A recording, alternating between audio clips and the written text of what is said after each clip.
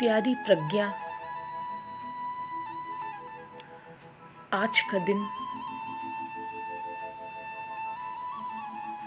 तुम्हारे लिए बहुत ही बड़ा दिन है। इससे बड़ा दिन और कोई हो ही नहीं सकता। आज के दिन तुम्हें माला दीक्षा दिया गया था और तुमने उसे प्रेम पूर्वक और प्रेमपूर्ण भाव से ग्रहण किया था।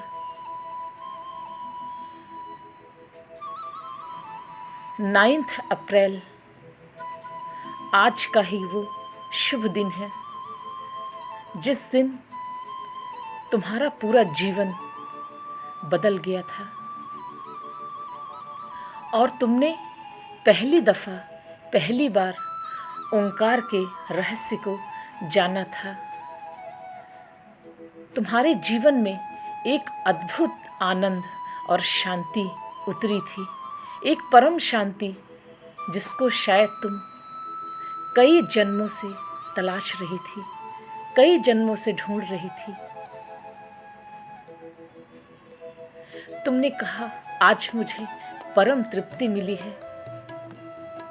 मैं कब से भटक रही थी कि मुझे कहीं कोई राह मिले, मुझे कहीं कोई नई दिशा मिले जिस पर मैं चलूं, जिसको मैं जीऊं।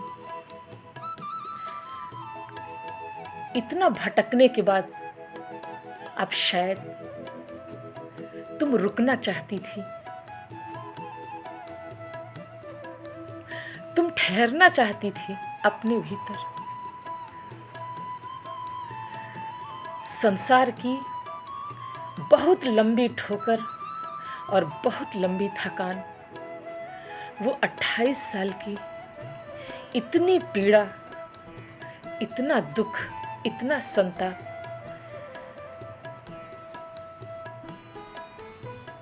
कितना कुछ सहा था तुमने।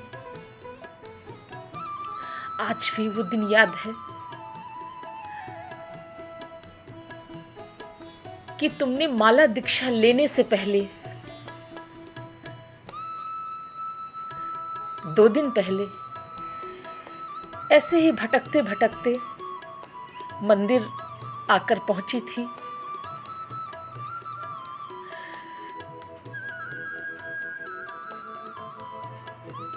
और आंखों में एक गहरी खोज, हृदय में बहुत पीड़ा, मन में प्रश्नों के उठते बवंडर, इतने सारे प्रश्न थे तुम्हारे मन में। सभी के उत्तर लेने तुम यहाँ पर आई थी। माला दीक्षा लेने के पहले 9 अप्रैल से पहले तुम्हारा जब यहाँ पे आना हुआ, बहुत सारे सवाल थे मन में। थक चुका था, ये जीवन थक चुका था, एक गहरी थकान थी। आंखें भी पत्थर की हो चुकी थी कि भूल ही गए थे कि शायद कुछ मिलेगा। इसी तलाश में तुम भटकते भटकते मंदिर आके पहुंची। प्रभु कुंज ध्यान मंदिर में तुम्हारा आना हुआ और तुमने कॉलिंग बेल बजाया। तुम्हारे बड़े सद्गुरु बाहर निकले और तुमसे पूछे, क्या है बेटा?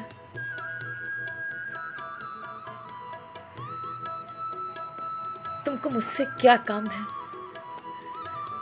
तो तुमने बड़े प्रेम से, आंखों में अनगिनत प्रश्न और बहुत पीड़ा, और तुमने एक ही बात कही, मैं यहाँ आई नहीं हूँ, मुझे यहाँ भेजा गया है। मुझे नहीं पता मैं यहाँ कैसे आ गई इस दरवाजे पे, लेकिन मुझे इस मंदिर में भेजा गया है। आज भी वो दिन याद है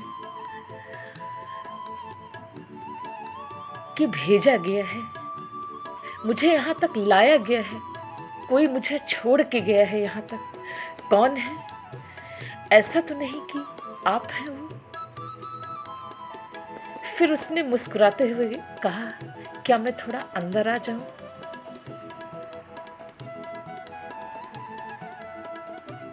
तो हमने कहा, आ जाओ।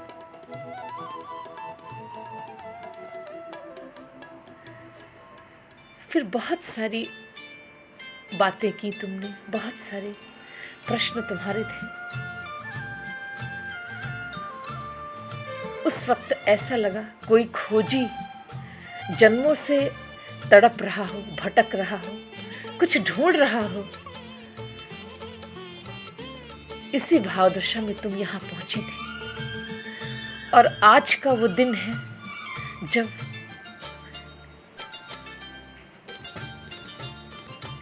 एक वर्ष पूरे हो गए। तुम्हें माला दीक्षा लिए हुए 1 साल पूरे हो गए। 1 साल में इतना कुछ बदल गया तुम्हारे जीवन में।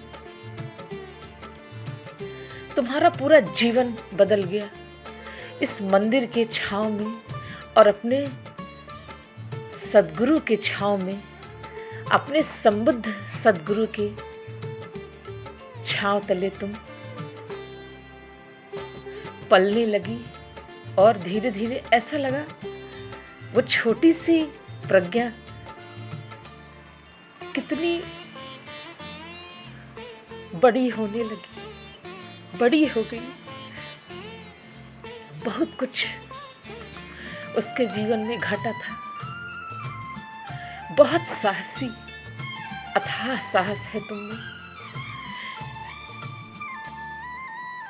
ऐसा छलांग लगाया और सीधा आके मंदिर के बगल में बस गई,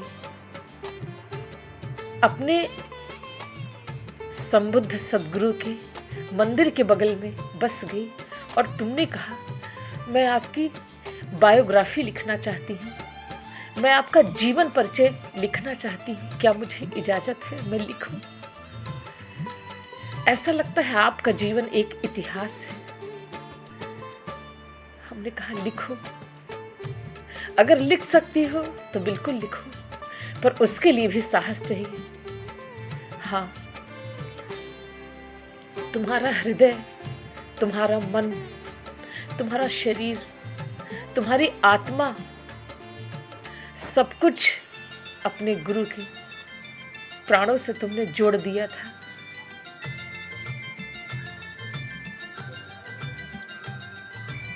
इतना बड़ा कदम तुमने उठाया, इतना साहस कि आगे के जीवन की परवाह किए बिना सीधा आके पहुंची। और तुमने कहा, मेरी बचपन से ये चाह थी कि मैं अपने ग्रैंडफादर से पूछा करती थी, तुम्हारे प्रश्न थे ये सारी, मैं अपने ग्रैंडफादर से पूछा करती थी, राम, कि जब कल्कि अवतार में कृष्ण आएंगे तो क्या मुझे पता चलेगा? तो मेरे ग्रैंडफादर ने कहा, हाँ, तुम्हें पता चलेगा। तो तुमने कहा अपने दादाजी से कि मुझे जब कल्कि अवतार में, कलयुग में जब इस धरा पे कृष्ण आएंगे तो मैं उनकी पीए बनना चाहूँगी, पर्सनल सेक्रेटरी बनना चाहूँगी। बचपन में तुमने ये बातें कही थी कि मैं वहाँ रहना चाहूँगी, मेरा इस संसार से, मेरा इस जगत से मन भर गया है, मैं वहीं जाके बसना चाहूँगी और वहीं अपने जीवन की अंतिम सांसें वहीं पे ख़त्म भी करना चाहूँगी।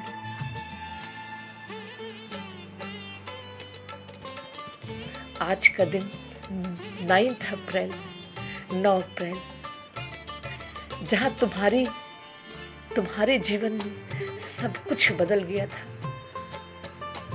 तुम्हारी आंखों से वो पीड़ा के बहते आंसू, उन आंसुओं में भी एक परम तृप्ति, एक परम शांति, जो कि शायद कई जन्मों से तुम तलाश रही थी, वो तुमको मिली थी। जब तुमने पहली दफा ओंकार के रहस्य को जाना था और ब्रह्मांड से वो अंतर्नाद सुना था, तो तुमने कहा था ये सुदर्शन है क्या जो पूरा जीवन बदल दिया? तो हमने कहा हाँ, ये सुदर्शन ही है जो भीतर चल गया। वहीं से तुम्हारी श्रद्धा, समर्पण, भक्ति और प्रेम का जन्म हुआ। हमने कहा भक्त का ही भगवान होता है, भक्त बन जाना। तब से आज 1 वर्ष पूरे हुए। तुमने इन 1 सालों में इतना मंदिर का ध्यान रखा, इतना ख्याल रखा, इतना मंदिर को सजाया फूलों से कि आज हम ये कह सकते हैं तुम्हारे फूल न चढ़े मंदिर में तो ये मंदिर सूना है। तुम्हारे फूल न चढ़े इस मंदिर में तो ये मंदिर खाली है। क्योंकि तुमने सिर्फ फूल नहीं चढ़ाए थे, उस फूलों के साथ स्वयं को भी चढ़ाया था। तुम स्वयं भी चढ़ गई थी फूलों के साथ। और जब तुम स्वयं चढ़ गई तो हम तो मिट ही गए वहां पे। हर छोटी छोटी बातों की तुम चिंता लेने लगी, लेना शुरू की। और हमारा हृदय भी तुमको देख के ये गाने लगा, गुनगुनाने लगा कि मेरे मंदिर में आई एक नन्ही परी, जिसको हम लेने भी नहीं गए, जिसको हमने जाना भी नहीं, जिसको हमने पहचाना भी नहीं, वो नन्ही सी परी आ गई। अक्सर बड़े गुरुदेव, बड़े सद्गुरु अक्सर कहा करते थे, मुझसे अक्सर बोला करते थे कि जो भी पर्सनल सेक्रेटरी आएगी या कोई भी बच्ची यहाँ पे आएगी, अब हम लेने नहीं जाएंगे, अब उसको अस्तित्व भेजेगा, वो स्वयं चल के आएगी, उसकी तलाश अब हम नहीं करेंगे, हम अब किसी की तलाश नहीं करेंगे, वो स्वयं यहाँ पे आएगी और मंदिर में आके बोलेगी मैं आ गई। फिर मेरे मन में ये प्रश्न आया, कहीं ये वही तो नहीं है जिसकी तलाश मुझे भी थी।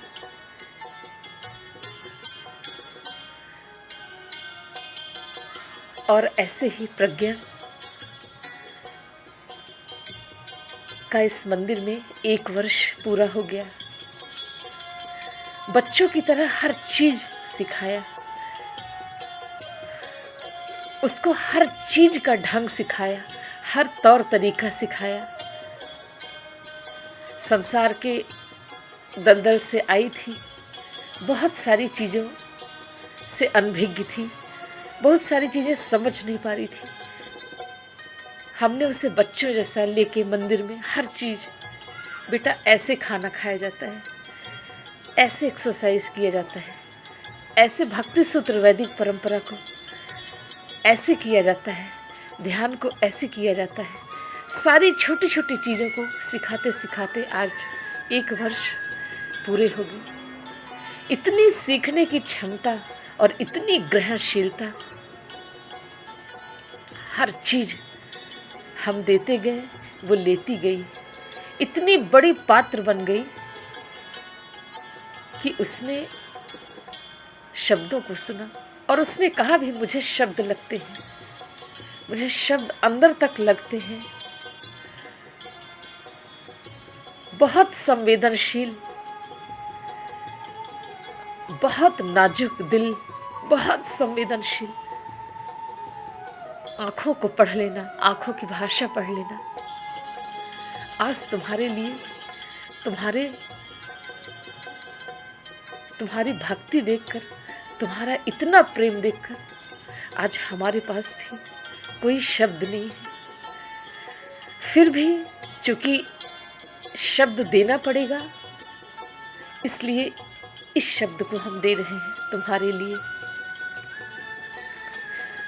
तुम्हारी भक्ति, तुम्हारा भाव, तुम्हारा समर्पण, तुम्हारा अगाध प्रेम अपने सद्गुरु के लिए, जिसके लिए हमारे पास भी शब्द कम पड़ रहे हैं।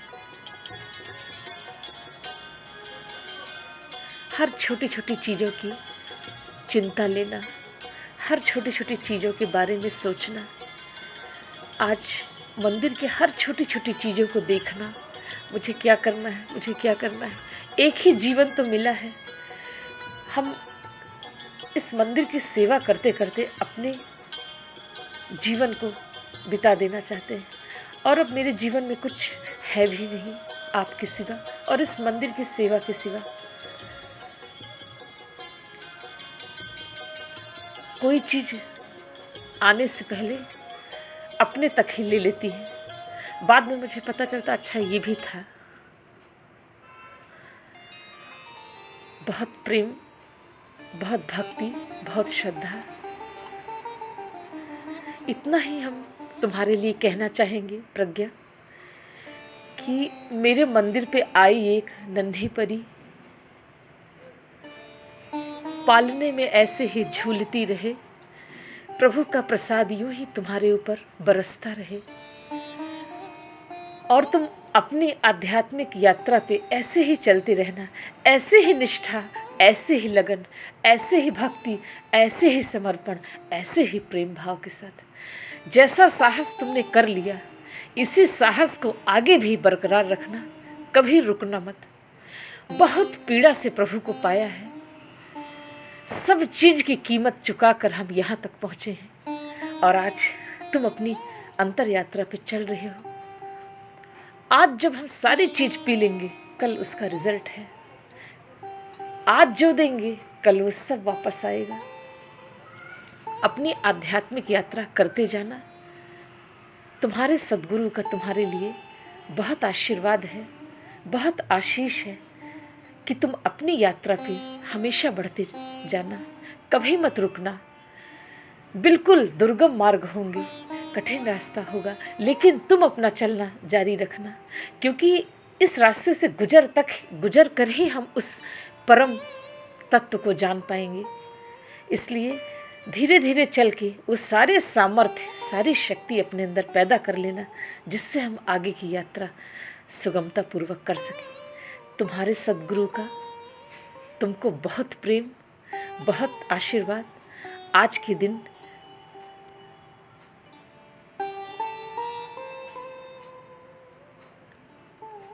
के दिन ये जो माला दीक्षा हुई है,